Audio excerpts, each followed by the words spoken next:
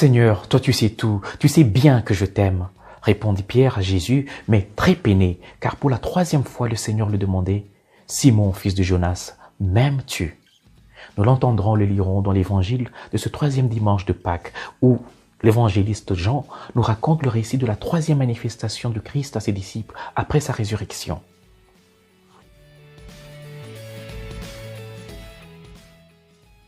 C'est sur les bords du lac de Tibériade que Jésus se manifeste pour la troisième fois à ses disciples après sa résurrection. Et cette manifestation est dense d'événements et d'enseignements. Jésus ressuscité se manifeste à ses disciples sous l'apparence probablement d'un vieil homme, puisque eux ne le reconnaissent pas, dit saint Jean, et lui il les appelle « mes enfants ». Il s'arrête donc au bord du lac et prépare du poisson pour eux. Jésus ressuscité se présente de nouveau comme celui qui sert, puisque le ressuscité est pur amour. Et c'est sur cet amour qu'il interroge Pierre. « Simon, fils de Jonas, m'aimes-tu plus que ne m'aiment ceux-ci » Une triple demande affectueuse à celui qu'il avait pourtant renié 3 fois alors qu'il devait être la première pierre de son Église. Devant la faiblesse de Pierre, qui, comme nous tous d'ailleurs, connaît des hauts et des bas dans la vie, admirons la profonde fidélité de Jésus à l'homme qu'il s'est choisi lui-même pour paître son troupeau, pour conduire son Église.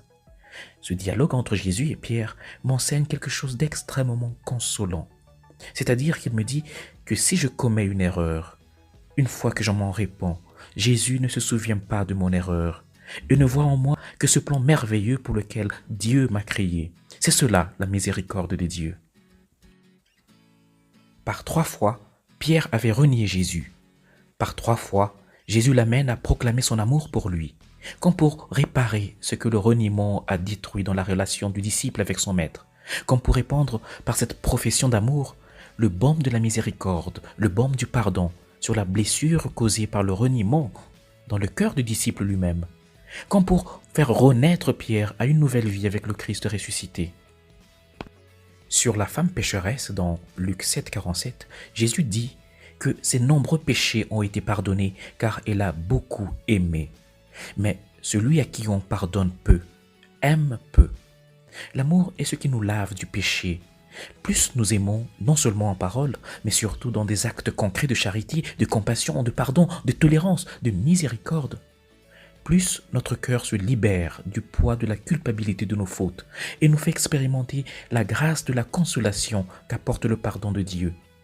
Quand je prie et dis à Dieu, pardonne-nous nos offenses comme nous pardonnons aussi à ceux qui nous ont offensés, je comprends donc que je dis indirectement à Dieu, que ta grâce, que ton amour soit sur moi, dans la même mesure que je fais grâce ou que j'aime celui qui m'a offensé.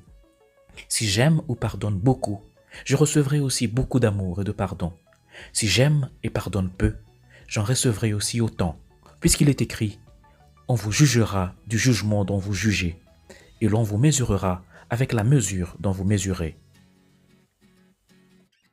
Mais je suis aussi souvent si aveugle, si égocentrique, si prétentieux et même ingrat, que je n'arrive pas à voir, à reconnaître combien de grâces je reçois du Seigneur. Je ne réalise pas combien de fois je suis pardonné, alors que je mérite la peine de mes fautes, sachant qu'à ceux à qui on a beaucoup donné, l'on exigera beaucoup.